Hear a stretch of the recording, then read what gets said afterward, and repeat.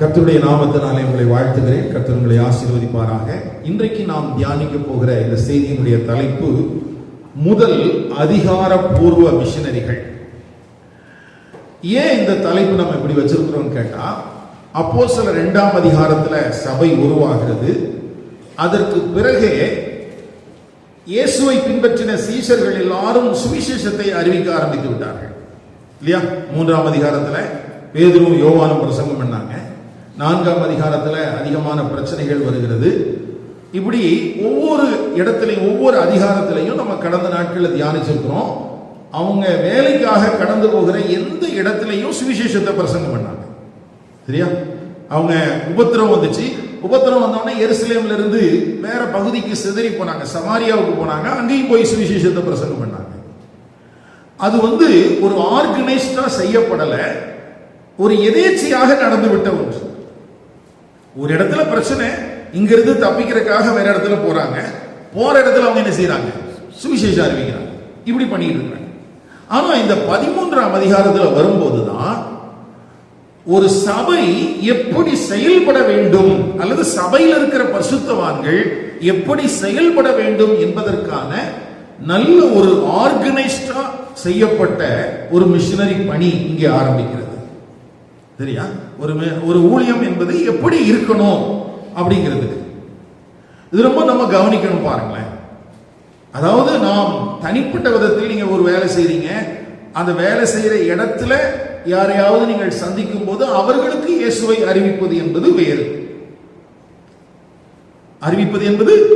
ஆனால் அதை தாண்டி சபைக்குள்ள இருந்து ஒரு ஆர்கனைஸ்டா, ஒரு அங்கீகரிக்கப்பட்டவர்களாக சுவிசேஷத்தை அறிவிப்பதற்கு புறப்பட்டு போவது என்பது வேறு. ரெண்டுக்கும் என்ன இருக்குது? வித்தியாசம் இருக்குது. இதை நாம் புரிந்து கொள்ள கர்த்தருடைய ஆவியானவர் நமக்கு உதவி செய்வாராக. அப்போ முதலாவது அங்கீகரிக்கப்பட்ட மிஷனரிகளாக அனுப்பப்பட போகிற இந்த சம்பவத்துக்கு உள்ள இருந்துதான் நம்ம சில காரியங்களை இன்னைக்கு பார்க்க போறோம். அது என்ன அதிகாரப்பூர்வ மிஷனரிகள்? அப்ப நாங்க அதிகாரப்பூர்வ மிஷனரிகள் இல்லையா அப்படின்னு கேட்டீங்கன்னா, கவனிங்க. இப்போ நீங்க சர்ச்சில் இருந்து வெளியே போகும்போது உங்களுக்கு அந்த கண்ணாடியில மேல ஒரு ஸ்டிக்கர் போட்டிருக்கும். அதுல இந்த வசனம் தான் இருக்கு. இப்போ டிவியில நீங்க பாக்குறீங்க பாருங்க. கிறிஸ்து பாடுபடவும் 3ஆம் நாளில் மரித்தோரிலிருந்து எழுந்திருக்கவும் வேண்டியதாய் இருந்தது. அன்றியும் மனம் திரும்புதலும் பாவம் மன்னிப்பும் எருசலேம் தொடங்கி சகல தேசத்தாருக்கும் அவருடைய நாமத்தினாலே பிரசங்கிக்கப்படவும் வேண்டியது. நீங்கள் இவைகளுக்கு சாட்சிகளாயிருக்கிறீர்கள். இப்போ இந்த வசனத்தை நீங்க கடந்து வெளியே போறீங்க பாத்தீங்களா? சர்ச் முடிச்ச பிறகு நீங்க எத்தனை பேர் இந்த வசனத்தை வாசிச்சுட்டு போயிருக்கீங்களோ எனக்கு தெரியாது. சரி, ஒருவேளை நீங்க கவனிக்காம இருக்கலாம். அதுக்காக நான் உங்களுக்கு ஸ்கிரீன்ல போட்டு காட்டுறேன். இந்த வசனத்தை நீங்க கடந்து போகும் போதெல்லாம் ஒரு உண்மையை நீங்கள் மறந்து விடக்கூடாது. நீங்கள் வெளியே போவது ஒரு ஊழிய களத்திற்குள் தான். எங்கதான் போறீங்க? ஆமா, ஒரு ஊழிய களத்துக்குள்ளதான். சபையாக நம்முடைய பொறுப்பு என்ன அப்படின்னு கேட்டா, நான் வெளியே போனாலே இயேசு கிறிஸ்துவை குறித்து சுவிசேஷத்தை சாட்சியாக அறிவிக்க வேண்டிய பொறுப்போடு தான் நாம் கடந்து போகிறோம். இதுல யாரும் தப்ப முடியாது. சரியா? அப்போ அங்க எழுதியிருக்கிற வசனம் ஏதோ காலியா ஒரு இடம் இருக்குது அதனால ஒரு வசனம் அப்படிங்கிறதுக்காக இல்ல. அது நம்முடைய கடமையை உணர்த்துவதற்காக, நாம் மறந்துவிடக் கூடாது என்பதற்காக. எப்பொழுதெல்லாம் நீங்கள் அந்த வாசலை கடந்து வெளியே போகிறீர்களோ அப்பொழுதெல்லாம் நீங்கள் ஒரு ஊழிய களத்துக்குள் போகிற மிஷனரியாகத்தான் போகிறீர்கள். சரியா? ஒருவேளை நான் சொல்ற விஷயம் உங்களுக்கு விகற்பமாக இருக்கலாம். பிரதர், நாங்க எங்க மிஷனரி? நாங்க வாழ்ற வாழ்க்கை எங்களுக்கே பெரிய தடுமாற்றமா இருக்குது அப்படின்னு நீங்க நினைக்கிறீங்களா? இன்னைக்கு அதுக்கான பதிலையும் நம்ம பார்க்க போறோம். சரியா? அப்ப சபையின் ஐக்கியத்துக்குள்ள இங்க இல்ல. நீங்க எந்த சர்ச்சுக்கு போனீங்கன்னாலும் சரி, அங்க ஒரு வசனம் போட்டிருந்துச்சு போடல. ஆனா ஆண்டவருடைய எதிர்பார்ப்பு இதுதான். நம்ம வெளியே போகும்போது யாராத்தான் போறோம்? நீங்கள் எந்த பாதையும் உங்களுக்கான மிஷனரி தளமாக இருக்கிறது. நீங்கள் ஒரு மிஷனரியாகத்தான் போகிறீர்கள். ஆனால் அநேக நேரங்களிலே நாம் ஏன் மிஷனரியாக இல்லை? நாம் ஏன் மிஷனரியாக இல்லை? நமக்கு தெரியும், நான் ரட்சிக்கப்பட்டிருக்கிறேன், நான் மற்றவங்களுக்கு சுவிசேஷத்தை அறிவிப்பதற்கு கடனாளியா இருக்கிறேன் என்பதெல்லாம் எனக்கு தெரிகிறது. ஆனால் நான் ஏன் ஒரு மிஷனரியாக இல்லை அப்படின்னு கேட்டா ரொம்ப சிம்பிளான சில விஷயங்கள் தான். ரொம்ப சிம்பிளான ஆனா அடித்தளமான விஷயங்கள். என்னது? அன்றைக்கு அந்தியோகியா பட்டணத்துல இருந்தவங்க அவங்க என்ன பண்ணாங்கன்னா, ஒரு போக்கஸ்டான ஒரு உபவாச ஜெபத்தை அவர்கள் செய்தார்கள். அவங்க என்ன பண்ணாங்க? பர்னபா, சிமியோன், லூகி, மனாயின், சவுல் எல்லாரும் சேர்ந்து, அவங்க மட்டும் இல்ல, இந்த 5 பேர் தலைமை குழுவில் இருக்கிறாங்க. இது இல்லாம சபையில் இருக்கிற எல்லா ஜனங்களும் சேர்ந்து வந்து உபவாசம் பண்ணி ஜெபம் பண்றாங்க. உபவாசம் பண்றதுன்னா என்ன, ஜெபம் பண்றதுன்னா என்ன? இப்ப நமக்கு எல்லாத்துக்கும் என்ன ஆயிடுச்சுன்னு சொன்னா, உபவாசம் பண்றது அல்ல ஜெபம் பண்றதுன்னு சொன்னா, ஒண்ணு விசுவாசு பிடிச்சிருந்தா உபவாசம் பண்ணணும், அல்லது நமக்கு ஏதாவது விசுவாச பிரச்சனை இருந்துச்சுன்னா, ஏதாவது யாராவது செய்வன மந்திரம் அதெல்லாம் பண்ணியிருந்தா நம்ம உபவாசம் பண்ணணும். அப்படிங்கிற மாதிரி நமக்கு இன்னைக்கு இருக்கிற தமிழ் கிறிஸ்தவம் மாறிவிட்டது. ஆனால் உபவாச ஜெபம் என்பதனுடைய நோக்கம் என்ன, அல்லது அவர்கள் ஏன் ஜெபித்தார்கள், எப்படி ஜெபித்திருப்பார்கள், அதை குறித்து கடந்த வாரத்திலே நான் உங்களுக்கு சொன்னேன். அவங்க எப்படி ஜெபம் பண்ணிருப்பாங்கன்னா, ஆண்டவரே, இந்த உலகத்திலிருந்து உம்முடைய இரத்தத்தின் ஆலயங்களை மீட்டுக் கொண்டிருக்கிறேன். மீட்டுக் கொள்ளப்பட்டிருக்கிற நாங்கள் இந்த உலகத்தை போல வாழ ஆரம்பித்து விடக்கூடாது. யாரை போல வாழ ஆரம்பித்து விடக்கூடாது? இந்த உலகத்தை போல. அப்ப முதல் ஜெப குறிப்பு என்னவா இருந்திருக்கணும் அப்படின்னு கேட்டா, உபவாசத்துல ஜெபத்துல அவங்க ஆண்டோட உதவி கேட்கிறாங்க. ஆண்டவரே, இந்த உலகத்திலிருந்து, இந்த பொல்லாத பிரபஞ்சத்திலிருந்து. கலாத்தியர் நிருபத்துல பவுல் எழுதும்போது அப்படி எழுதுகிறார் இல்லையா? வாசிக்கலாமா? கலாத்தியர் 1ஆம் அதிகாரம் 5ஆம் வசனம். கலாத்தியர்கள் நிருபம்.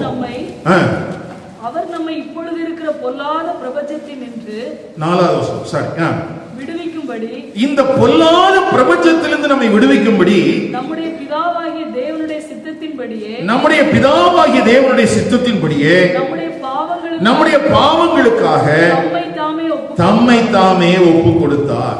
அப்ப இந்த பொல்லாத பிரபஞ்சத்திலிருந்து நம்மை விடுவிப்பதற்காக இயேசு தன்னை ஒப்பு கொடுத்தார் என்றால், அப்படி நீக்கப்பட்டிருக்கிற நான் இந்த உலகத்தாரோடு கலந்து விடக்கூடாது. இந்த உலகத்தோடு என்ன செய்து விடக்கூடாது? கலந்து விடக்கூடாது. அப்போ இதுதான் முதல் ஜெப குறிப்பு. அடுத்தது என்னவா இருக்கும்? யாராவது சொல்ல முடியுமா? யாருக்காவது ஏதாவது ஞாபகம் வருதா? எங்களுடைய சிந்தை மறுரூபமாக்கப்பட வேண்டும். எங்களுடைய சிந்தை என்ன செய்யணும்? மறுரூபமாக்கப்படணும். ஏன்? நம்முடைய சிந்தையை குறித்து வேதத்தில் பார்க்கும்போது கேடான சிந்தை என்றும் வீணான சிந்தை என்றும் எழுதப்பட்டிருக்கிறது. ரட்சிக்கப்படாத மனுஷர்களுக்குள்ள என்ன சிந்தை இருக்குதா? கேடான சிந்தை, வீணான சிந்தை. 2 பதமும் தமிழ்ல பயன்படுத்தி இருக்கிறாங்க. இப்ப இந்த கேடான வீணான சிந்தையின்படி நான் நடவாமல் என் சிந்தை என்ன செய்யணுமா? மறுரூபமாக்கப்படணுமா? என்னுடைய சிந்தை என்ன செய்யணுமா? மறுரூபமாக்கப்படணுமா? இது ஒன்றும் பெரிய விஷயம் இல்ல. ரோமர் 12ஆம் அதிகாரம் முதல் 2 வசனம் தான். ரோமர் 12ஆம் அதிகாரம் முதல் 2 வசனம். அப்ப முதல் ஜெப குறிப்பு, நாங்கள் உலகத்திற்கு ஒத்த வேஷம் தெரியாமல் எங்களுடைய சிந்தை மறுரூபமாக்கப்பட்டவர்களாய். அடுத்தது 3வது ஜெப குறிப்பு, நாங்கள் எங்களை உமக்கு படைக்கிறோம் ஆண்டவரே, பரிசுத்தமாக படைக்கிறோம். நல்ல கவனிங்க, ஆராதனை என்பது என்ன? இன்னைக்கு ஆராதனைன்னா என்ன? மியூசிக் போடணும், கை தட்டணும், பாட்டு பாடணும், வேகமா பாடலாம், மெதுவா பாடலாம், இப்படி பல விதத்திலும் ஆராதனைகள் வந்து விட்டது. ஆராதனை என்றால் என்ன? ஆண்டவரே, நான் இந்த உலகத்தில் இருக்கிற மனிதர்களைப் போல கேடான சிந்தையுள்ளவனாக, வீணான சிந்தையுள்ளவனாக இராமல், உலகத்தாருடைய வாழ்க்கையை போல நான் வாழாமல், நான் பரிசுத்தமாக உமக்கு பிரியமாக வாழ்வதற்கு என்னை ஒப்பு கொடுக்கிறேன் என்பதே ஆராதனை. அதுதான் என்னது? ஆராதனை.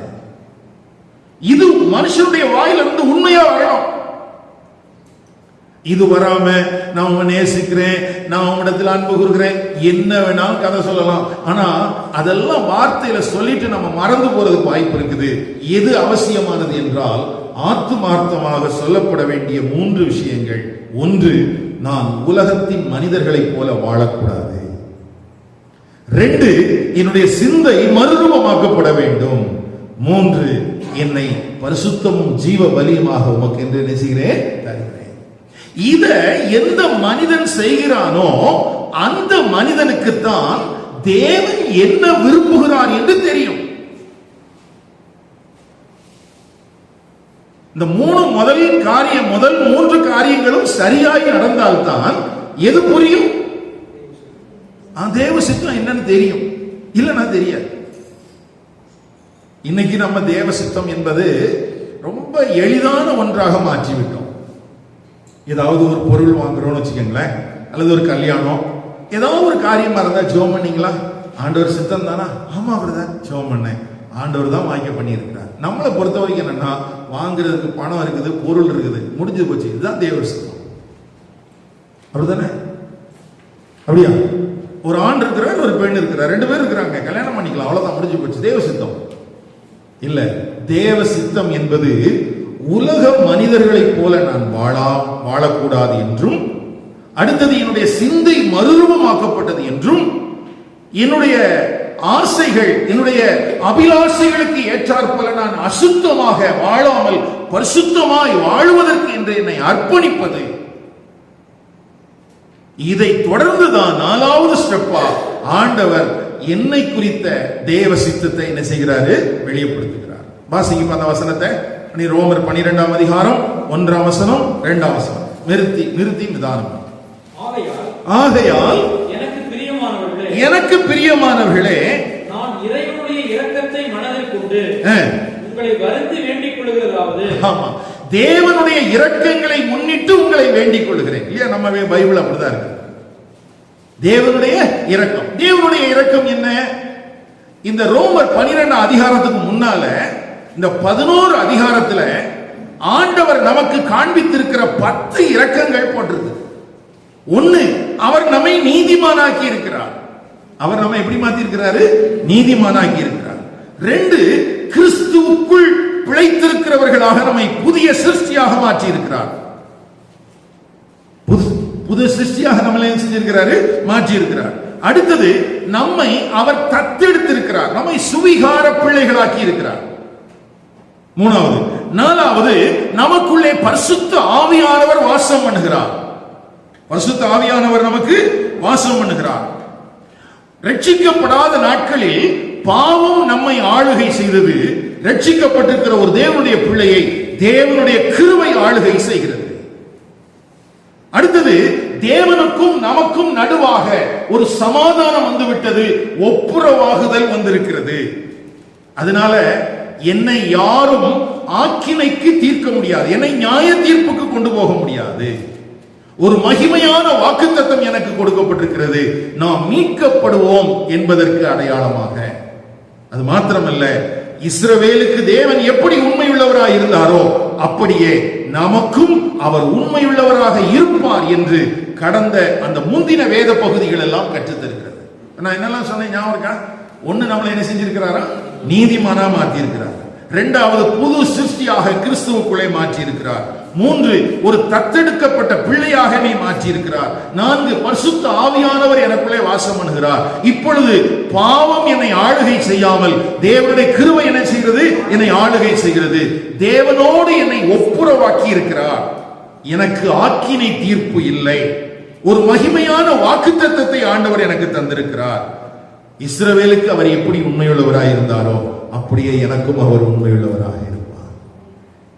அப்போ இதுதான், இந்த வசனத்தை தான் பவுல் என்ன சொல்றாருன்னா, ஆகையால் எனக்கு பிரியமானவர்களே, நான் தேவனுடைய இரக்கத்தை முன்னிட்டு உங்களை வேண்டிக் கொள்கிறேன். அப்போ சபைக்குள்ள இருக்கிற தேவனுடைய பிள்ளை ஏன் உலகத்திற்கு ஒத்த வேஷம் தரிக்க கூடாது? ஏன் சிந்தை மறுரூபமாக்கப்பட வேண்டும்?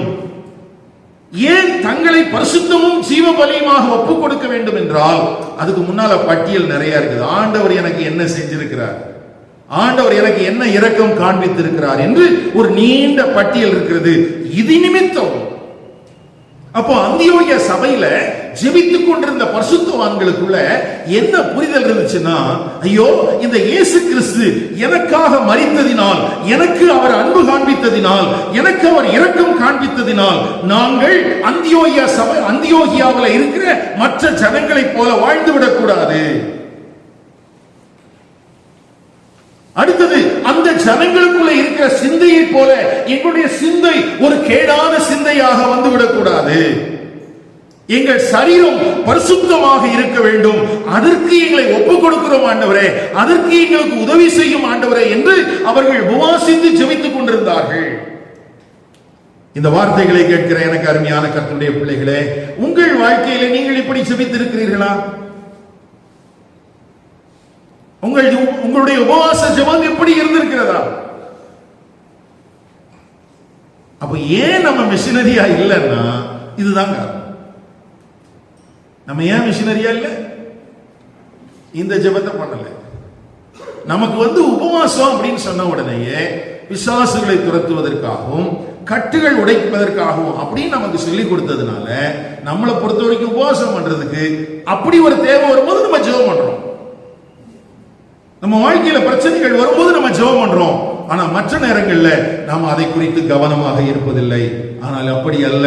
ஒரு தேவ சபைக்குள்ள இருக்கிற ஒவ்வொரு தேவனுடைய பிள்ளைகளும் ஒவ்வொரு காலத்திலும் அவர்களுக்கு கிடைக்கிற தருணத்திற்கு ஏற்றார் போல, நான் சபையில சொல்ற விஷயம் என்னன்னா, வாரத்தில் ஒரு முறை ஆகிலும் ஒரு நேரம் ஆகிலும் உபவாசித்து தேவனுடைய சமூகத்தில் இந்த 3 காரியங்களுக்காக நீங்கள் உங்களை தேவனுடைய சமூகத்தில் ஜெபிக்க வேண்டியது அவசியம். அப்பொழுதுதான் ஆண்டவர் என்ன எதிர்பார்க்கிறார் என்று எனக்கு புரியும். இந்த 3 நடந்தாதான் என்ன செய்யும்? புரியும். இல்லைன்னா எனக்கு என்ன செய்யாது? புரியாது. அந்த ஈஸி ரீடிங்ல 2வது வசனத்தை வாசிங்க தம்பி. இனிமேலும் இந்த உலகத்தின் மாதிரிகளுக்கு ஒத்து நடவாதேயுங்கள். இந்த உலகத்தின் மாதிரிகளுக்கு ஒத்து நடவாதேயுங்கள்.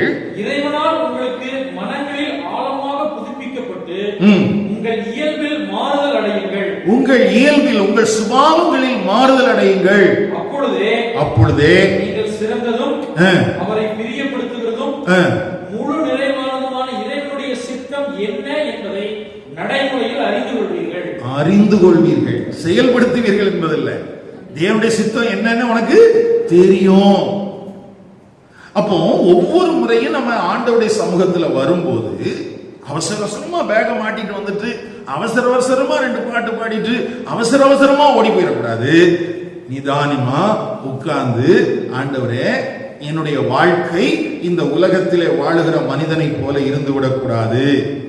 அவனுடைய சிந்தையை போல என்னுடைய சிந்தை ஒரு கேடான சிந்தையாக இருந்து விடக்கூடாது. நான் பரிசுத்தமாகவும் உமக்கு பிரியமாகவும் வாழ்வதற்கு என்னை ஒப்புக் கொடுக்கிறேன். ஏன் ஒப்புக் கொடுக்கணும்? ரோமர் 6ஆம் அதிகாரத்தில் இப்படி வாசிக்கிறோம். கிறிஸ்துவோடு கூட நாம் என்ன செய்யப்பட்டிருக்கிறோமா? சிலுவையில் அறையப்பட்டிருக்கிறோம். பாவத்திற்கு மரித்து புதிய மனுஷனாகும்படிக்கு நாம் என்ன செய்யப்பட்டிருக்கிறோம்? உயிரோடு எழுப்பப்பட்டிருக்கிறோம். ஆகவே நம்முடைய அவயவங்களை என்ன செய்யணுமா? நீதியின் அவயவங்களாக ஒப்புக் கொடுக்க வேண்டும். என்னுடைய வாய், என்னுடைய உதடுகள், என்னுடைய நாவு, என்னுடைய கண்கள், என்னுடைய கைகள், என்னுடைய கால்கள் எல்லாம் நீதியின் அவயவங்களாக ஒப்புக் கொடுக்க வேண்டும். ஏன்? இது எல்லாம் ஒரு நாள்ல கரப்டடா இருந்துச்சு. ரோமர் 3ஆம் அதிகாரத்தில் வாசிக்கும் போது உச்சம் தலையிலிருந்து உள்ளங்கால் வரைக்கும் எல்லா அவயவங்களும் கரைபட்டு இருக்கிறது. எல்லா அவயவங்களும் என்ன செய்து? கரைபட்டிருக்குது. அந்த கரைபட்டிருந்ததுனால நான் தேவனை தேட முடியவில்லை. நான் உணர்வுள்ளவனாக இல்லை. நான் நீதிமானாக இல்லை. இப்போ அப்படி இல்லை. நான் இயேசுவை விசுவாசிக்கிறேன். இயேசுவை விசுவாசிக்கிறேன்னா என்னுடைய அவயவத்தை நீதியின் அவயவமாக ஒப்பு கொடுத்து, ஆண்டவரே நான் உம்மை தேடுகிறவனாக உணர்வுள்ளவனாக வாழ வேண்டும். இந்த எண்ணம், இந்த சிந்தை ஒரு மனிதனுக்குள் வரும்போதுதான் அந்த பரலோக தகப்பன் என்னை எதிர்பார்க்கிறார் என்று எனக்கு புரியும். அப்படி இல்லைன்னா சபைக்குள்ள வருவோம், நம்ம வந்து பாட்டு பாடுவோம், ஜெபம் பண்ணுவோம், காணிக்க போடுவோம், பிரசங்கத்தை கேட்போம், நோட்ல எழுதி வைப்போம், நம்ம நோட்ல போயிடுவோம். ஆண்டவர் என்ன எதிர்பார்க்கிறார் என்று நமக்கு புரியாது. இதை தயவு செய்து உங்கள் கவனத்தில் வைத்துக் கொள்ளும்படி தாழ்மையாய் கேட்கிறேன். அப்போ உங்களை நீங்களே ஒரு கேள்வி கேட்டு பாருங்க, நான் ஏன் மிஷனரியாக இல்லை? யாரும் வேண்டான்னு சொன்னாங்களா? மிஷனரி இயக்கங்கள் வேண்டான்னு சொன்னாங்களா? இல்ல, யாரும் வேண்டாம்னு சொல்லல, ஆண்டவரும் வேண்டாம்னு சொல்லல. நம்ம அவர் என்ன எதிர்பார்க்கிறாருங்கிறது புரியாததுனால நாமவே என்ன செஞ்சிட்டு இருக்கிறோம், ஒரு கேர்லெஸ்ஸான ஒரு லைஃப் வாழ்ந்துட்டு இருக்கிறோம். அதுலயே நமக்கு சந்தோஷமா இருக்குது, போதும்டா இதை விட இனி என்ன வேணும் அப்படிங்கிற மாதிரி ஆயிடுச்சு. கவனிங்க, ஒரு ஊழியர் FB மேயர் அப்படின்னு சொல்லிட்டு ஒரு ஊழியர் இருக்கிறார். அவர் நிறைய வேதாகமத்தை குறித்த நிறைய காரியங்களை செஞ்சிருக்கிறார், போதித்திருக்கிறார். அவர் தன்னுடைய அனுபவத்தை குறித்து சொல்லும்போது அவர் சொல்றாரு, என்னுடைய ஆரம்ப கால கிறிஸ்தவ வாழ்க்கை ரொம்ப சீர்கெட்டதாக இருந்தது அப்படின்னு சொல்றார். அவர் தன்னை குறித்து தான் சொல்றார். அதுக்கு காரணம் என்னன்னா, என் வாழ்க்கையை முழுவதுமாக ஒப்பு கொடுக்காமல் சில பகுதிகளை எனக்கென்று நான் வைத்துக் கொண்டேன். சில பகுதிகளை நான் என்ன செஞ்சிருந்தேன், எனக்குன்னு வச்சிருந்தேன். முழுவதுமாக படைக்கிறேன் முழுவதுமாக படைக்கிறேன்னு நம்மளும் பாட்டு பாடுறோம், ஆனா முழுசும் படைச்சோமா? சொல்லுங்க, முழுசும் படைச்சோமா? அப்போ சில விஷயங்களை தனக்காக வைத்துக் கொண்டார். சில விஷயங்களை என்ன செஞ்சாரு, தனக்காக வைத்துக் கொண்டார். ஒருவேளை திருமணத்துல ஒருவேளை அவர் அப்படி முடிவெடுத்தாரா எனக்கு தெரியல, அல்லது தனக்கு இருந்த சொத்துக்களை இது என்னுடைய பிற்காலத்துக்கு என்று அவர் வைத்திருந்தாரா அதுவும் எனக்கு தெரியல. என்னவோ ஒண்ணு, எல்லாவற்றையும் முழுவதுமாக தேவனுக்கு என்று படைக்கிறேன் என்று சொன்னார், ஆனால் படைக்கவில்லை, கொஞ்சத்தை அவர் வச்சுக்கிட்டார். அதனால என்ன நடந்துச்சா, ஆண்டவர் அவருடைய வாழ்க்கையில் இல்லையா, ஒரு எம்ப்டினஸ் அவர் உணர்ந்திருக்கிறார். ஆண்டவரை நான் வெளியே நிப்பாட்டிட்டேன், அதனால எனக்கு சந்தோஷம் இல்ல, சமாதானம் இல்ல, ஊழியத்தில் இருக்கிறேன் ஆனா ஒன்னும் பிரயோஜனம் இல்லை. அப்போ ஒரு நாள் அவர் அந்த FB மேயர் என்கிறவர் உபவாசம் பண்ணி ஜெபிக்கிறார். அப்போ சொன்னாரா, முழுவதும் தருகிறேன் தருகிறேன் சொல்றியே, பாதி என்கிட்ட வரலையே. அப்ப திரும்பவும் ஆண்டவரிடத்திலே முழுவதுமாக தன்னை ஒப்பு கொடுத்தாராம். அப்படி ஒப்பு கொடுத்த பிறகுதான் அவருடைய வாழ்க்கை மாற ஆரம்பித்தது. என் எஜமான் என்னுடைய ஆட்சியாளராக எனக்கு மாறிவிட்டார் என்று அவர் எழுதுகிறார். எனக்கு அருமையான கர்த்தருடைய பிள்ளைகளே, உங்கள் வாழ்க்கையிலையும் ஒரு தெய்வமாக நீங்கள் இயேசுவை வணங்குகிறீர்கள், ஆனால் ஒரு எஜமானனாக அவரை வைத்திருக்கிறீர்களா? உங்கள் வாழ்க்கையை முழுவதுமாக படைத்திருக்கிறீர்களா? உங்கள் இருதயத்தை அவர் ஆளுகை செய்கிறாரா? உங்கள் சிந்தையை அவர் ஆளுகை செய்கிறாரா? உங்கள் அவயவங்களை அவர் ஆளுகை செய்கிறாரா? கிருபை உங்களை ஆளுகை செய்கிறதா? அப்படி ஆளுகை செய்தால் அவர் என்ன எதிர்பார்க்கிறார் என்பதை அவர் நம்மிடத்தில் பேச ஆரம்பிப்பார். ரொம்ப முக்கியங்க. துவக்க ஜெபத்தில் நான் இப்படி ஒரு இல்லுஸ்ட்ரேஷன் சொன்னேன். ஆஸ்திரியா அப்படிங்கிற நாட்டில் ஒரு பெரிய ஒரு நில ஜமீன்தார், ஆயிரக்கணக்கான ஏக்கர் நிலங்கள், ஒரு புத்தகத்தில் 5000 ஏக்கர்னு போட்டிருக்கிறாங்க. அவ்வளவு ஏக்கர் வச்சிருந்த ஒரு பெரிய பணக்காரர், அவர் பேர் நிக்கோலஸ். அவர் தேவ ஆலயத்தினுடைய கட்டிடங்களை பார்த்து கொண்டிருக்கிற போது அங்கே இருக்கிற ஒரு படத்துல இயேசு கிறிஸ்து சிலுவையில் அடிக்கப்பட்டவராக தொங்கிக் கொண்டிருக்கிறார். அந்த காட்சி வரையப்பட்டிருக்கிறது. அதுக்கு கீழே உனக்காக நான் மரித்தேன், எனக்காக நீ என்ன செய்தாய் என்று எழுதப்பட்டிருக்கிறது. இந்த பணம் படைத்த அந்த மனிதனை அந்த வார்த்தை உலுக்கிட்டான். அவன் தன்னை தேவனுக்கு என்று ஒப்பு கொடுத்தானாம். எனக்கு ரொம்ப ஆச்சரியம் என்னன்னா, 5000 ஏக்கர் வைத்திருந்த ஒரு நிக்கோலஸை இந்த வார்த்தை தொட வைத்தது மாத்திரமல்ல, அவனை முழுவதுமாக தேவனுக்கு என்று படைக்க வைத்தது. ஆனா நம்ம பாருங்களேன், ஒரு 5 சென்ட் இடம் இருந்தா, ஒரு 4 ஏக்கர் நிலம் நமக்கு இருந்துச்சுன்னா நம்மள கையிலே பிடிக்க முடியல. நமக்கு அப்படியே வானத்துல பறக்கிற மாதிரி இருக்கு. நான் யார் தெரியுமா அப்படிங்கிற மாதிரி இருக்கிறோம். ஆனா எத்தனை ஏக்கர் இருக்கிறவனுக்கு அப்படி தோணல? சொல்லுங்க. 5000 ஏக்கர் இருக்கிறவனுக்கு ஒரே கேள்விதான் ஆண்டவர் கேட்டாரு, உனக்காக நான் மரித்தேனே, எனக்காக நீ என்ன செய்தாய்னா அவன் ராத்திரி முழுசு தூங்கல. அவன் சொல்லல போயிட்டு, ஆண்டவரே நான் உங்களுக்கு நான் நிறைய ஆயிரக்கணக்கான காணிக்கையெல்லாம் தர்றேனே அப்படிலாம் அவன் சொல்லிட்டு இருக்கல. அவன் என்னை தருகிறேன் ஆண்டவரே என்று படைத்தான். படைத்ததின் விளைவு என்ன? அவனை தேடி ஜனங்கள் வந்தாங்க, அவர்களுக்கு மத்தியில் சுவிசேஷத்தை அறிவித்தான். அவர்கள் ஜெபிக்க ஆரம்பித்தார்கள், அவர்களை ஜெபிக்க தூண்டினான், அவர்கள் ஜெபித்துக் கொண்டே இருந்தார்கள். வரலாற்றில் 100 வருடம் இடைவிடாமல் ஜெபித்த அந்த ஜெபம் இந்த நிக்கோலஸ் என்கிற மனிதன் மூலமாக எழும்பிற்று. காரணம், அவன் தன்னை தேவனுக்கென்று ஒப்பு கொடுத்ததினால். தேவனுக்கென்று தன்னை ஒப்பு கொடுத்ததினால் 2019 இருந்து 2024 வரைக்கும் நம்முடைய திருச்சபையிலையும் அந்த நிக்கோலாஸ் ஜின்சென்டார்ஃப் என்று சொல்லப்படுகிற அந்த மனிதன் மூலமாக நடந்த அந்த எழுப்புதலை நினைவு கூர்ந்துதான் நம்மையும் ஆண்டவர் ஜெபிக்க தூண்டினார். ஜெபித்தோமா? அவங்களுக்கு ஜெபிக்கிறதுக்கு இடமே இல்லைங்க. எப்படி தெரியுமா ஜெபம் பண்ணாங்க? ஒரு மலையினுடைய முகடு, அந்த முகட்டுல போய் உட்கார்ந்து 24 மணி நேரமும், அந்த 24 மணி நேரம் ஆளு எப்படி எடுத்தாங்க? தங்களை ஒப்பு கொடுத்த நபர்களுடைய பெயர்கள் எல்லாம் சீட்டுகளில் எழுதப்பட்டது, குலுக்கி போட்டாங்க. ஆண்கள், பெண்கள், சிறுவர்கள் எல்லாரும் இருந்தாங்க அந்த லிஸ்ட்ல. அந்த லிஸ்ட்ல பேரு 1 to 2 யார் ஜெபம் பேர் வாசாங்க, அந்த நபர் அங்க போயிடணும். காற்றானாலும் மழையானாலும் அவர்கள் உட்கார்ந்து அங்கே ஜெபித்தாங்க. ராத்திரி 12 மணி ஒரு பெண்ணுக்கு விழுந்தாலும் அவ போய் உட்கார்ந்து ஜெபித்தா. அப்படி நீண்ட காலம் ஜெபிக்க ஆரம்பித்த பிறகுதான் ஒரு நாளில் அந்த ஜெபிக்கிறதுக்குன்னு ஒரு கூடாரம் போடலான்னு முடிவு பண்ணாங்க. நம்மளா இருந்தா என்ன பண்ணுவோம்?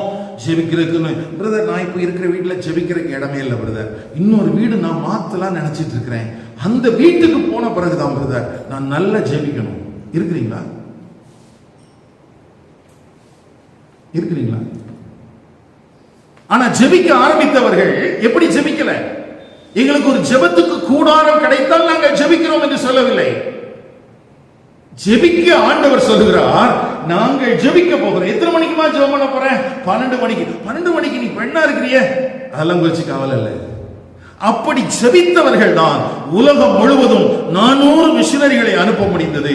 அப்படின்னா அந்த நிக்கோலாஸ் மாத்திரமல்ல, நிக்கோலாஸ் கூட இணைந்திருந்த மனிதர்களும் கூட உபவாசித்து ஜெபித்து ஆண்டவரே நாங்கள் உலகத்தாரை போல வாழக்கூடாது, எங்கள் சிந்தை மறுரூபமாக்கப்பட வேண்டும், எங்கள் பரிசுத்தமாக வாழ்வதற்கு எங்களை ஒப்புக் கொடுக்கிறோம் என்று அர்ப்பணித்ததின் விளைவாக தேவன் அவர்களிடத்திலே பேசினார். தேவன் பேசின திருவிழம் பற்றின காரியங்கள் செவிகளில் விழுந்தபோது அதற்கு பூரணமாய் ஒப்புக் கொடுத்தார்கள். முதலாவது ஜெபிக்க ஆரம்பித்தார்கள், ஜெபித்துக் கொண்டே இருந்தார்கள். திடீரென்று ஒரு நாள் சொன்னார், புறப்பட்டு இந்தியாவுக்கு போய் என்று சொன்ன உடனே இந்தியாவுக்கு வந்துட்டாங்க. நாகப்பட்டினத்துக்கு வந்திருக்கிறாங்க. ஆஸ்திரியா என்கிற நாடு எங்க இருக்கிறது? நாகப்பட்டினம் எங்க இருக்கு? இது எப்ப நடந்துச்சு? 17வது நூற்றாண்டுல ஜீகன் பால்க்கு மொழிபெயர்க்க வரும்போது அவர்களும் இங்கே இருக்கிறார்கள். உங்களுக்கும் எனக்கும் கிடைச்சிருக்கிற இந்த வேதாகமத்துக்கு பின்னால அநேக பரிசுத்தவான்கள் தங்களை ஒப்புக் கொடுத்தது காரியங்கள் இருக்கிறது. ஆனால் இந்த வேதாகமத்தை வைத்திருக்கிற நாம் ஒப்புக் கொடுக்கிறதும் இல்லை, ஆண்டவருக்கு பிரயோஜனமாகவும் இல்லை. நாம் தேவனுடைய சுபாவங்களையே மாற்றிக் கொண்டிருக்கிறோம். எனக்கு அருமையான கர்த்தருடைய பிள்ளைகளே, அப்போ இந்த தேவனுடைய சித்தத்தை அறியக்கூடிய விதத்தில் உபவாசித்து ஜெபிக்கிற பழக்கம் நமக்கு இல்லாததினாலே நாம் மிஷனரிகளாக இல்லை. ஜெபிக்கிற பழக்கம் அந்தியோகியா திருச்சபைக்கு இருந்ததினால் முதலாவது அங்கீகரிக்கப்பட்ட மிஷனரிகளாக 2 பேர் அனுப்பப்படுகிறார்கள். இரண்டாவது, என் வாழ்க்கையினுடைய தேவ சித்தத்தை நான் பர்டிகுலரா அப்படி தெரிஞ்சுக்க முடியுமா? எந்த தீர்க்கதரிசிட்ட போனா அதெல்லாம் கிடைக்கும் அப்படின்னு சொன்னீங்கன்னா, தீர்க்கதரிசிட்ட போனா கிடைக்காது. நல்ல கவனிங்க. முதலாவது நான் சொன்ன அந்த 3 காரியமும் உங்கள் வாழ்க்கையில் நடக்க வேண்டும். என்னெல்லாம்? உலகத்தின் மனிதர்களைப் போல வாழுவதற்கு நீங்கள் முயற்சி செய்யக்கூடாது. 2, உங்களுடைய சிந்தை மறுரூபமாக்கப்பட வேண்டும். மறுரூபமாக்கப்படுதல் என்ன? முதல்ல இந்த உலகத்தில் ரட்சிக்கப்படாத போது என்னுடைய சிந்தை கரப்டடா இருந்துச்சு, அதுல பல கேடுபாடான காரியங்கள் எல்லாம் இருந்துச்சு. இப்போ அப்படி இல்லை. இப்போ என்னை ரட்சித்து இருக்கிறார், அதற்கு ஏற்றார் போல நான் மாற வேண்டும். அடுத்தது, இந்த சரீரத்தினால் நான் தேவனை மகிமைப்படுத்துவதற்கு நீ ஒப்புக் கொடுக்க வேண்டும். நீதியின் அவயவங்களாக நம்மை அர்ப்பணிக்க வேண்டும். இது நடந்தா தான் ஆண்டவர் என்ன சொல்ல வருகிறார்னு புரிய ஆரம்பிக்கும். ரொம்ப முக்கியங்க. சரியா? இதுக்கு கொஞ்சம் பொறுமையும் வேணும். ஒன்னும் உபவாசித்து ஜெபிக்கவும் வேணும். அடுத்தது என்ன வேணும்? பொறுமையும் வேணும். நமக்கு என்ன தெரியுமா? ஜோமோனி முடிச்சுட்டு வீட்டுக்கு போறதுக்குள்ள பதில் வந்துடணும் இல்லையா? நம்ம ஒரு பணத்துக்காக ஜெபம் பண்றோம்னு வச்சுக்கோங்களேன், நம்ம வீட்டுக்கு போய் சாப்பிட்றதுக்கு உட்கார்றதுக்குள்ள யாராவது கதவை தட்டி நமக்கு என்ன செஞ்சிடணும்? ஒரு பேக்கேஜ் கொடுத்துட்டோம். அப்படின்னா ஆண்டவர் ஜெபத்தை கேட்டுட்டாருன்னு அர்த்தம். இல்லைன்னா நம்ம ஜெபம் பண்ணோம் ஒன்றும் ஆண்டவர் கேட்குற மாதிரி இல்லப்பா அப்படிங்கிற மாதிரி ஆயிடும். இல்லை, இதுக்கு என்ன வேணும்? கொஞ்சம் பொறுமை வேணும். ஏன்னா ஒப்பு கொடுக்கிறோம். ஒப்பு கொடுத்தல் சரியாக இருக்கிறதா, நிலைத்திருக்கிறோமா என்பதெல்லாம் கொஞ்சம் ஆண்டவரால் பரிசீலித்து பார்க்கப்படலாம். ஆகவே நாம் எப்படித்தான் இருக்க முடியும்? கொஞ்சம் பொறுமையாக தான் இருக்க முடியும். அடுத்தது, நமக்கு ஒரு பெரிய படத்தை, முழுவதுமான ஒரு படத்தை ஆண்டவர் காட்டிவிட மாட்டார். நீ போய் இந்த பட்டணத்துல போய் இப்படி ஒரு வீடு இருக்கும், அந்த வீட்டுல தங்கு, அதுக்கு பிறகு உனக்கு கல்யாணம், அதுக்கு பிறகு ஒரு பிள்ளை, அதுக்கு பிறகு ஒரு சர்ச், இப்படி என்ன நமக்கான எல்லா முழுமையான திட்டங்களும் என்ன செய்யப்பட போறதில்லை. ஒரு அடி எனக்கு காண்பிக்கப்படும். இப்ப அந்த அடியில நான் எடுத்து வைக்கணும், அதுக்கு பிறகு அடுத்த அடி. இப்படித்தான் தேவனுடைய சித்தத்தின் பாதை இருக்குமே ஒழிய நாம் எப்படி நினைச்சிடக்கூடாது. இப்ப நம்ம ஊருக்கு வந்த மிஷினரிகள் நிறைய பேர் இருக்கிறாங்க. நம்ம ஊருக்கு வந்த நிறைய ஊழியக்காரங்க இருக்கிறாங்க. அவங்ககிட்ட போய் கேட்டு பாருங்க, ஐயா நீங்க எப்படி வந்தீங்க? உங்ககிட்ட ஆண்டவர் என்ன சொன்னார்? அவங்க என்ன சொல்லுவாங்க? ஈரோட்ல எங்க பாஸ்டர் ஒருத்தர் இருந்தாரு, அவருக்கு ஆண்டவர் ஒரு தரிசனத்தை காமிச்சார். என்ன தரிசனம்? அவருக்கு ஒரு சாவி கொடுக்கப்பட்டுச்சு. சாவி மட்டும்தான் இருந்துச்சு, வீடுலாம் இல்லை. அதை அவர் எப்படி உள்வாங்கிக் கொண்டாரோ தெரியாது. ஆனால் அவருடைய கரங்களில் என்ன கொடுக்கப்பட்டதோ? ஒரு சாவி கொடுக்கப்பட்டுச்சு. ஆனா அந்த சாவியை போன்ற ஒரு அடையாளத்தை அவர் தன்னுடைய வாழ்க்கையில பெறுவதற்கு எனக்கு தெரிந்து 25 ஆண்டுகள் ஆயிற்று. எத்தனை வருஷம் ஆச்சு? 25 வருஷம் ஆச்சு. ஆனா நம்ம என்ன நினைக்கிறோம் சொன்னா, உடனடியாக அதை புரிந்து கொள்ள வேண்டும் என்று நினைக்கிறோம். சரி, முதல்ல நான் சொன்னேன் ரோமர் 12ஆம் அதிகாரத்தில் எழுதியிருக்கிற மாதிரி 3 காரியங்கள். அடுத்தது நீதிமொழிகள் 3ஆம் அதிகாரம் 5ஆம் வசனம் 6ஆம் வசனம். நீதிமொழிகளின் புத்தகம் 3ஆம் அதிகாரம். சுய புத்தியின் மேல் சாயாமல், ஆமா, தேவ சித்தம் செய்யணும் அப்படின்னு நினைக்கிற பிள்ளைகள் என்ன செய்யக்கூடாதா? சுய புத்தியின் மேல் சாயாமல் உன் முழு இருதயத்தோடும் கர்த்தரில் நம்பிக்கையாயிருந்து உன் வழிகளிலெல்லாம் அவரை நினைத்துக்கொள். அப்பொழுது அவர் பாதைகளை செவைப்படுத்துவார். அப்பொழுது அவர் உன் பாதைகளை என்ன செய்வாரு? செவைப்படுத்துவார். அப்போ யாரை சார்ந்து கொள்ளணும்? தேவ சித்தம் சொல்லி நம்மை சித்து போயிடக்கூடாது. பொறுமையா அவரை சார்ந்து கொள்ள வேண்டும். இன்னொரு வசனத்தை வாசிக்கலாம். சங்கீதம் 143ஆம் சங்கீதம் 10ஆம் வசனம். உமக்கு பிரியமானதை செய்ய எனக்கு போதித்தருளும். நீரே என் தேவன். உம்முடைய நல்ல ஆவி என்னை செம்மையான வழியிலே நடத்துவார். ஆமா, பரிசுத்த ஆவியானவரால் நாம் நடத்தி வைக்கப்பட வேண்டும். அவரை சார்ந்து கொள்ள வேண்டும். தேவ சித்தம் செய்வது என்பது நாம் எந்த எல்கைக்குறியையும் பார்த்து போவது அல்ல, பரிசுத்த ஆவியானவராலே நடத்தப்படுவது. இது சிம்பிளா நான் சொல்லணும்னா, இப்ப ஆபிரகாம் கிட்ட ஆண்டவர் சொல்றாரு, என்ன சொல்றாரு? நான் காண்பிக்கும் தேசத்துக்கு போ.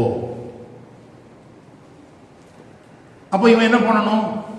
யோசிச்சு பாருங்களேன். உங்ககிட்ட நீங்க இந்த சென்னைக்கு போங்க, பாம்பே போங்க அப்படின்னு சொன்னா உங்களுக்கு தெரியும், இந்த ஊருக்கு போகணும், டிக்கெட் போடணும், பிளைட்ல போகலாமா, ட்ரெயின்ல போகலாமா, இதெல்லாம் நீங்க டிசைட் பண்ணலாம்.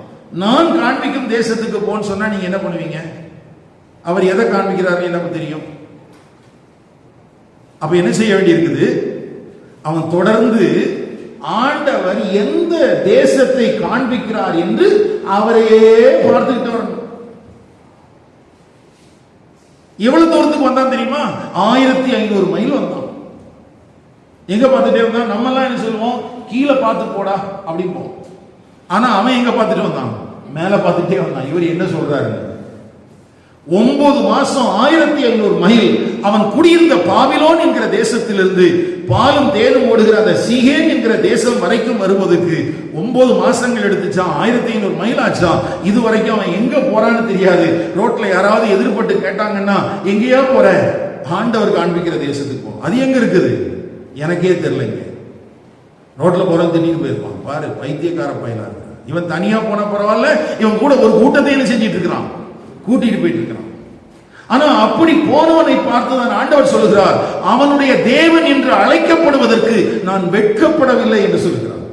ஆபிரகாமின் தேவனும் ஈசாக்கின் தேவனும் யாக்கோபின் தேவனும் ஆகிய தேவன் என்று தேவன் அழைக்கப்படுவதற்கு அவர் வெட்கப்படவில்லை. காரணம், இன்ன இடம் என்று தெரியாமல் தேவனையே சார்ந்து கொண்டு பயணித்த பரிசுத்தவான்கள். அப்போ அவர்கள் தான் நமக்கு முன்னோடிகள் என்றால் நாம எப்படிதான் பயணிக்க முடியும்? அடுத்தது, இந்த தேவ சித்தத்துல நம்ம கவனமா இருக்க வேண்டிய காரியம் என்னன்னா, சில விஷயங்களை ஆண்டவர் நமக்கு ரிவீல் பண்ணி இருக்கிறார் பைபிள்ல. ஒரு சில வசனங்களை வாசிங்களேன். 1 தெசலோனிக்கேயர் 4ஆம் அதிகாரம் 3ஆம் வசனம். 1 தெசலோனிக்கேயர் 4ஆம் அதிகாரம். பரிசுத்தமுள்ளவர்களாக வேண்டும் என்பதே தேவனுடைய சித்தமாய் இருக்கிறது. அந்தபடி நீங்கள் வேசி மார்க்கத்துக்கு விலகி இருந்து தேவனை அறியாத அஞ்ஞானிகளைப் போல மோக இச்சைக்குட்படாமல். சரி, போதும். அப்ப இங்க என்ன எழுதி இருக்குன்னா, இப்ப தேவ சித்தத்திற்காக காத்திருக்கிற நான் பரிசுத்தமாய் வாழ வேண்டும் என்பது தேவனுடைய விருப்பம். இத அவர் எனக்கு ரிவீல் பண்ணணும்னு அவசியம் இல்லை. Already revealed. ஏற்கனவே நமக்கு என்ன செய்யப்பட்டிருக்குது? ஏற்கனவே எழுதி கொடுக்கப்பட்டிருக்கிறது. அடுத்தது என்ன? ஒரு 2 வசனத்தை வாசிங்க. 1 பேதுரு 2ஆம் அதிகாரம் 15ஆம் வசனம். 1 பேதுரு 2ஆம் அதிகாரம் 15ஆம் வசனம். நீங்கள் நன்மை செய்ததினாலே புத்திய மனுஷனுடைய அறியாமையை அடக்குவது தேவனுடைய சித்தமாய் இருக்கிறது. எது தேவ சித்தம்? நன்மை செய்கிறதினாலே. யாருக்கு மத்தியிலே? புத்தியினமான மனுஷருக்கு மத்தியிலே. அதை யாக்கோபு அப்போஸ்தலன் இப்படி எழுதுகிறான். யாக்கோபு 4ஆம் அதிகாரம் 17ஆம் வசனம். ஆதலால் ஒருவன் நன்மை செய்ய அறிந்தவனாயிருந்தும் அதை செய்யாமல் போனால் அது அவனுக்கு பாவமாய் இருக்கும். அப்போ நன்மை செய்வது என்பது தேவ சித்தம். நன்மை செய்வதற்கு யார்கிட்டையும் போயிட்டு அனுமதி எல்லாம் கேட்டு இருக்க வேண்டாம். நான் சொல்ற புரியுதா உங்களுக்கு? நன்மை செய்யறதுக்கு என்ன செய்ய வேண்டாம்? அப்போ பரிசுத்தமா வாழ்றதுக்கு ஆண்டவர்கிட்ட போய் நம்ம உதவி கேட்கலாமே ஒழிய, ஆண்டவரே நான் பரிசுத்தமாய் வாழ வேண்டுமா என்றெல்லாம் கேட்க வேண்டாம். நன்மை செய்வதற்கும் யாரிடத்துல போய் அனுமதி கேட்க வேண்டாம். ஆண்டவர்கிட்ட போய் அனுமதி கேட்க வேண்டாம். நன்மை செய்ய திராணி இருந்தால் நாம் செய்ய வேண்டும். செய்யாமல் போனால் அது என்னவா இருக்குமா? பாவமா இருக்கும். அப்போ ரிவீல்டு வில் ஆஃப் காட் இருக்குது. இதை பார்த்துட்டு நான் செயல்பட்டு கொண்டே இருக்க வேண்டிய காரியங்கள். மீகா 6ஆம் அதிகாரம் 8ஆம் வசனத்தில் வாசிக்கும் போது அவர் இரக்கத்தை சிநேகிக்கிறார். அவர் இரக்கத்தை என்ன செய்கிறாரா? சிநேகிக்கிறார். மனுஷனே, உன்னிடத்தில் என் தேவன் என்ன கேட்கிறார்? அப்போ வெளிப்படுத்தப்பட்டிருக்கிற தேவ சித்தத்தின் அடிப்படையில நாம் நடந்து கொண்டே இருக்கிறோம். அப்போ ஒரு பக்கத்துல நம்ம ஜெபம் பண்றோம், ஒரு பக்கத்துல நம்ம அவரை சார்ந்து கொள்வதற்கான முயற்சிகளை எடுக்கிறோம். அதே நேரத்தில் நமக்கு முடிந்த அளவுக்கு நாம் நன்மை செய்கிறவர்களாக, பரிசுத்தம் உள்ளவர்களாக தேவனுடைய பார்வையில் நாம் நடந்து கொண்டே இருக்க வேண்டும். இந்த நடக்கை தான் நான் தேவனோடு நடந்து கொண்டிருக்கிறேன் என்பதற்கு அடையாளம். நான் யாரோடு நடக்கிறேன்? தேவனோடு. அப்ப ஒரு பக்கத்துல நான் உபவாசித்து ஜெபித்து நான் என்னை அர்ப்பணித்துக் கொண்டே இருக்கிறேன், இன்னொரு பக்கத்தில் அவரை சார்ந்து கொள்கிறேன், இன்னொரு பக்கத்தில் என்னால் முடிஞ்ச அளவுக்கு நன்மை செய்கிறேன். இப்படி நீங்க செயல்பட்டுக்கிட்டே இருக்கும்போது என்ன செய்யணுங்கிறது உங்களுக்கு புரியும். யாருக்கு புரியும்? உங்களுக்கு புரியும். ஒரு தகப்பனுடைய உறவில் இருக்கிற பிள்ளைக்கு தெரியும் எதை செஞ்சா எங்க அப்பாவுக்கு பிடிக்கும், எதை செஞ்சா எங்க அப்பாவுக்கு பிடிக்காது அப்படிங்கிறது யாருக்கு தெரியும்? உறவில் இருக்கிற பிள்ளைகளுக்கு தெரியும். கணவன் மனைவி நல்ல உறவுல இருக்கிறாங்கன்னு வச்சுக்கோங்களேன், மனைவிக்கு தெரியும் எது செஞ்சா எங்க வீட்டுக்காரருக்கு பிடிக்கும் அப்படின்னு. ஒரு கணவனுக்கு தெரியும் எதை செஞ்சா என் மனைவிக்கு பிடிக்கும், எது செஞ்சா என் மனைவிக்கு பிடிக்காதுன்னு யாருக்கு தெரியும்? இது உறவின் அடிப்படையில. அப்போ இன்னொருவர் உங்களுக்காக ஜெபித்து சொல்கிற காரியங்கள் அல்ல, நீங்கள் உறவின் அடிப்படையில தேவனுடைய சித்தத்தை அறிந்து கொள்ள முடியும். தேவனுடைய சித்தத்தை என்ன செய்ய முடியும்? அறிந்து கொள்ள முடியும். அப்போ நான் ஒவ்வொரு நாளும் என் எஜமானனை, என் தேவனை, என் தகப்பனை நான் எப்படி சந்தோஷப்படுத்துவது என்பதிலே தான் நான் கவனமாக இருப்பேன். கர்த்தருடைய ஜெபத்துல ஒரு வார்த்தை இப்படி இருக்குது, நாங்கள் சோதனைக்கு உட்பட பண்ணாமல் தீமை நின்று எங்களை ரட்சித்துக் கொள்ளும். ஏன் அந்த ஜெபம்? ஆண்டவரே, நான் உங்களுடைய பிள்ளையா மாறிட்டேன், உலகத்துக்கு போறேன், பல தீமைகளும் அங்கே நிறைந்திருக்கிறது, அந்த தீமைக்கு என்னை விலக்கி காத்துக்கொள்ளும் என்று அட்வான்ஸாவே நான் ஜெபம் பண்ணிடுறேன். அட்வான்ஸாவே நான் என்ன செஞ்சிடறேன்? தீமையில விழுந்த பிறகு இல்லை, தீமை வர்றதுக்கு, எனக்கு தீமையை சந்திக்கிறதுக்கு முன்னாலேயே. ஸ்காட்லாந்து தேசத்துல ஒரு பெரிய சர்ச், ஒரு பிரெஸ்பிட்டேரியன் அப்படிங்கிற அந்த பிரிவை சார்ந்த சபை. அந்த சபையிலிருந்து ஜான் இங்கிலீஷ் அப்படின்னு சொல்லக்கூடிய ஒரு மனிதனை மிஷனரியாக அவர்கள் ஹைப்ரட்டிஸ் தீவுக்கு அனுப்பியிருந்தார்கள். அப்போ அந்த தீவுல ஊழியம் செய்வது என்பது ரொம்ப கடினமாக இருக்கிறது என்று அந்த ஜான் இங்கிலீஷ் அந்த சபைக்கு சொல்றார். அப்படி சொன்ன உடனே அந்த சபையார் எல்லாரும், கமிட்டி எல்லாம் சேர்ந்து உட்கார்ந்து சபையிலிருந்து யார அவருக்கு ஹெல்ப் அனுப்பலாம் அப்படின்னு சொல்லி உட்கார்ந்து விவாதம் பண்ணிட்டு இருக்கிறாங்க. சரியா? சபையில கமிட்டி என்ன செஞ்சிட்டு இருக்கிறாங்க? உட்கார்ந்து அந்த ஜான் இங்கிலீஷுக்கு ஹெல்ப் பண்றதுக்கு நம்ம யார அனுப்பலாம் அப்படின்னு சொல்லி இவங்க பேசினாங்கன்னா இவங்களால ஒரு முடிவுக்கே வர முடியல. யார் அனுப்புறது அப்படின்னு சொல்லி. ஏன்னா ஏற்கனவே போனவன் அர்ப்பணத்தோட போயிருக்கிறாரு, இப்போ அதே அளவுக்கு அர்ப்பணத்தோடு உள்ள நபர் துணையாக போக வேண்டுமே அப்படின்னு சொல்லி இவங்க உட்கார்ந்துட்டு இருக்காங்க. இப்போ அந்த ஆலயத்துல ஒரு மனிதன் இருக்கிறார், அவர் பேரு ஜான் ஜி பேட்டன். அவரும் அந்த ஆலயத்தினுடைய மெம்பர் தான். அவர் இதெல்லாம் பார்த்துட்டு இருக்கிறார். ஏற்கனவே பரிசுத்த ஆவியானவர் அவர்கிட்ட சொல்லியிருந்தாரு, நீ ஹெப்ரட்டிஸ் தீவுக்கு போகணும் அப்படின்னு சொல்லிட்டு. ஆனா இவர் யார்கிட்டையும் சொல்லல, இவர் மனசுக்குள்ளே வச்சுட்டார். ஏன்னா ஏற்கனவே போன ஜான் இங்கிலீஷே யாராவது உதவி செய்யறதுக்கு வரமாட்டாங்களான்னு எதிர்பார்த்துட்டு இருக்கிறாரு. நானும் வேற அங்க போய் சிக்கிட்டேன்னா என்ன பண்றது, இவர் மனசுக்குள்ளே வச்சுட்டு இருக்கிறாரு.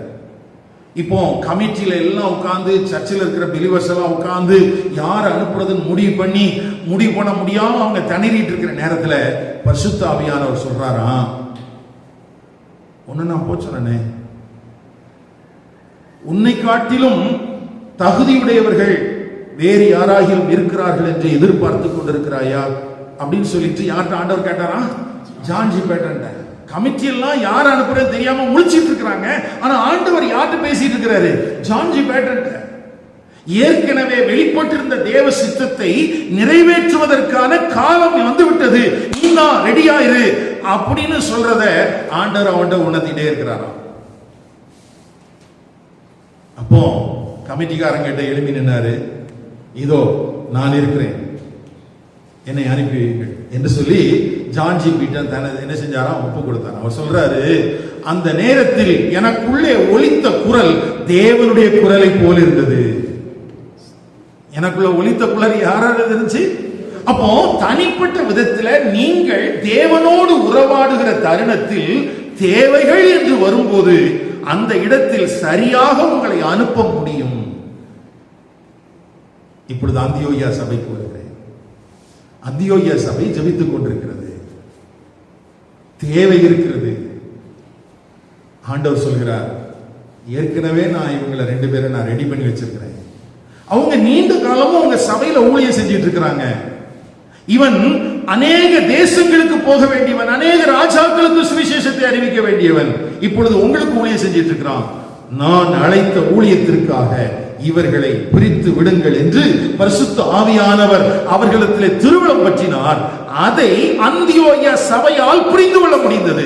எப்படி ஜான் ஜி பேட்டனால தேவனுடைய சத்தத்தை கேட்க முடிந்ததோ, அந்த சீர்திருத்த திருச்சபை எப்படி அந்த ஜான் ஜி பேட்டனை அனுப்பி வைத்ததோ, அப்படி போல அந்தியோகியா திருச்சபை இந்த பரிசுத்தவான்களை அனுப்புவதற்கு ஆயத்தமாயிருந்தது. காரணம், அவருடைய உபவாச ஜெபத்துல என்ன ஜெபம் பண்ணிட்டு இருந்தாங்கன்னா, ஆண்டவரே, நாங்கள் உலகத்தாருடைய ஒத்தாசை, உலகத்தாருக்கு ஒத்த வேஷம் தெரியாமல் எங்களை பரிசுத்தமாக ஜீவ பலியாக ஒப்புக் கொடுக்கிறோம். எங்களுடைய சிந்தை எல்லாம் மறுரூபமாக்கப்படட்டும்.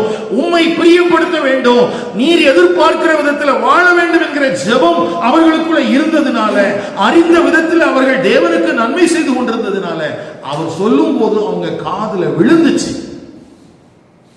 அவர் சொல்லும் போது அவங்க காதுல விழுந்துச்சு. இன்றைக்கு திருச்சபைக்குள்ளே நாம் கூடி வருகிறோம் சபையாக. பரிசுத்த ஆவியானவர் எத்தனையோ முறை தேவைகளை திருமணம் பற்றி இருக்கிறார். ஏன் நம் செவிகளில் விழவில்லை? நாம் தேவனுக்கு என்று ஒப்புக் கொடுக்கவில்லை. சிம்பிள். ஏன் நான் மிஷனரியாக இல்லை?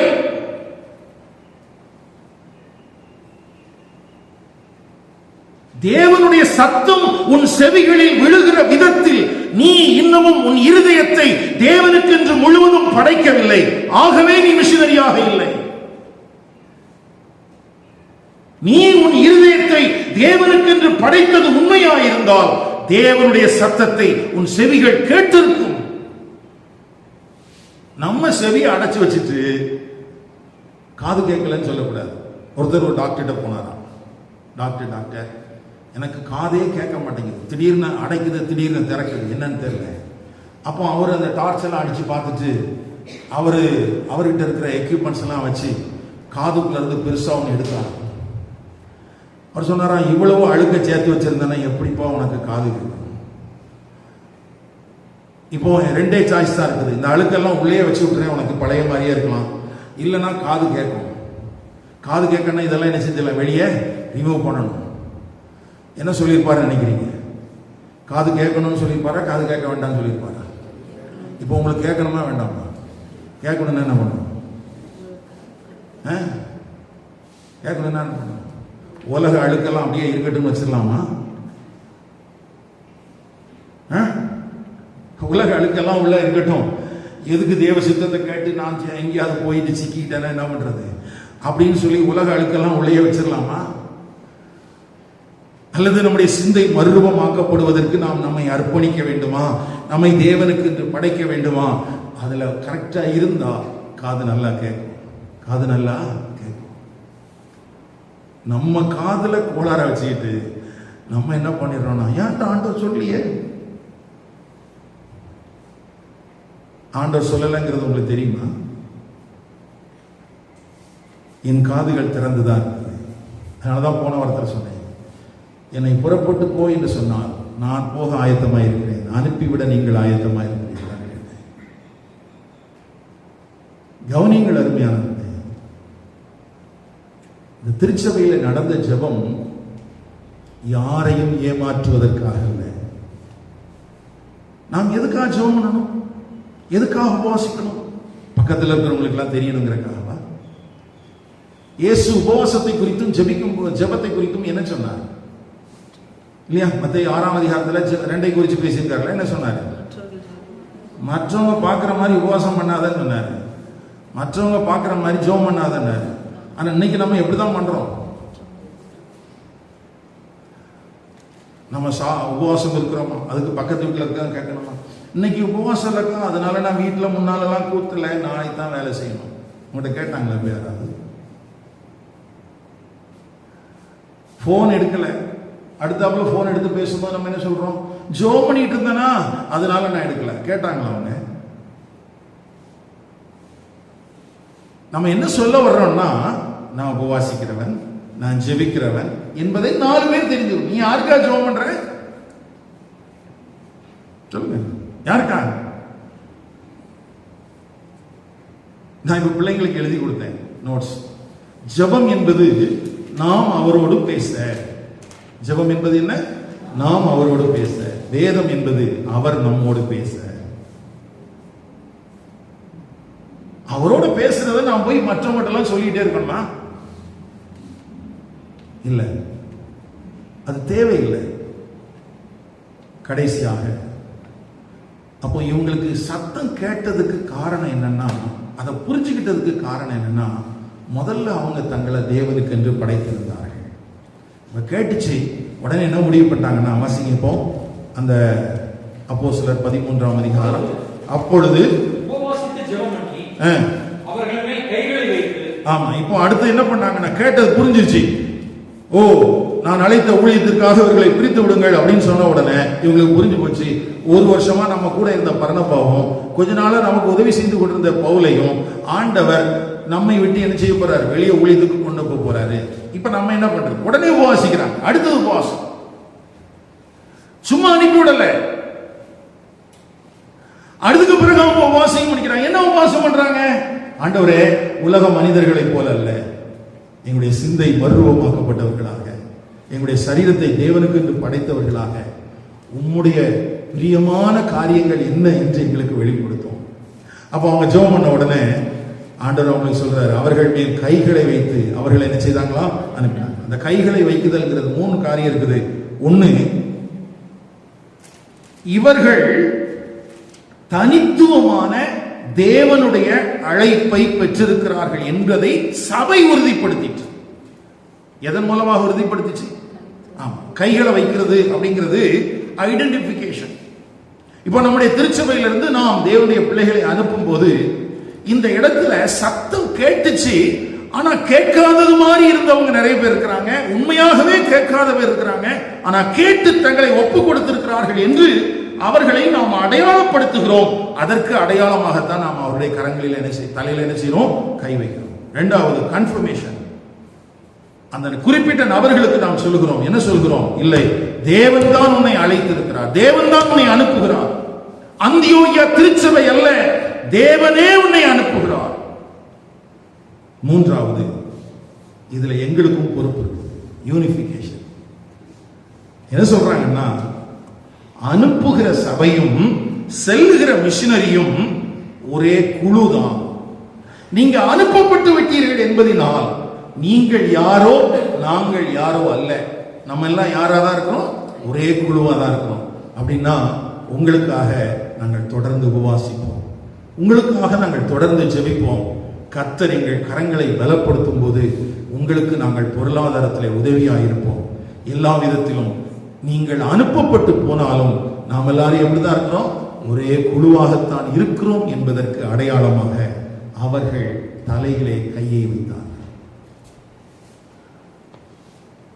இன்னைக்கு நம்ம தலையிலே கை வைக்கிறோம், அல்ல தலையில கை வச்சு அனுப்பி ஜெபம் பண்ணி விட்டுருக்கிறோமே, அவங்கள குறிச்ச புரிதல் நமக்கு சரியா இருக்குதா? ஜெபிக்கிறீங்களா அவங்களுக்காக? அருமையான பிரியதர்ஷினி வெஸ்ட் பெங்கால் இருக்கிறா, அவளுக்காக ஜெபம் பண்றீங்களா? அந்த மொழிபெயர்ப்பு பணி பணம் இல்லாததனால் நிறுத்தி வைக்கப்பட்டிருக்குது, மொழி கற்றுக்கொண்டிருக்கிறாள், அந்த பகுதியில் ஆட்சி எல்லாம் மாறி இருக்குது, அரசியல் சூழல்கள் வித்தியாசமா இருக்குது, வித்தியாசமான கால சூழலுமே, வித்தியாசமான அரசியல், வித்தியாசமான பொருளாதாரங்கள், இதற்கு மத்தியிலே அவர்கள் தேவனுடைய சித்தத்தை நிறைவேற்ற வேண்டுமே, நாம் தாங்கி பிடிக்கிறதுல அக்கறையா இருக்கிறோமா? ராஜேஷ் புறப்பட்டு போயிருக்கிறான், அவனை குறித்து அதே போன்ற அக்கறை இருக்கிறதா? பிரதர் பாஸ்கரும் ஜீவாவும் போயிருக்கிறாங்க, அவங்களை குறித்து நமக்கு அக்கறை இருக்குதா? அடுத்த மாசம் 5ஆம் தேதியில வில்சன் போறான்.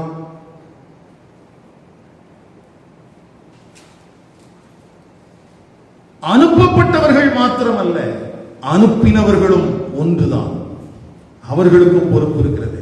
வில்லியம் கேரி அதனாலதான் சொன்னாரு, நான் பாதாளத்துக்குள்ள இருக்கிற ஜனங்களை மீட்பதற்காக போறேன். இந்தியாவுக்கு வரும்போது அவர் சொல்லிட்டு போறார், என்னுடைய இடுப்பிலே கயிறை கட்டி உங்கள் கையிலே கொடுத்து விட்டு போகிறேன், சபையாரை நீங்கள் பிடித்துக் கொள்ளுங்கள். இப்ப ஊழியத்துக்கு போன ஆட்கள் எல்லாம் அவங்களுடைய இடுப்புல கைத்தை கட்டி உங்க கையில கொடுத்துட்டு போயிருக்காங்க. உங்க கையில ஒரு பொறுப்பு இருக்குது. என்ன பொறுப்பு? என்ன பொறுப்பு? நிறைவேற்றிருந்தீங்களா? ஏன்னா ஆண்டவர் எதெல்லாம் நம்ம இடத்துல பொறுப்பா கொடுக்கிறாரோ அதெல்லாம் குறித்து ஒரு நாள்ல கணக்கு கேட்பார். எழுதி நிற்போம்.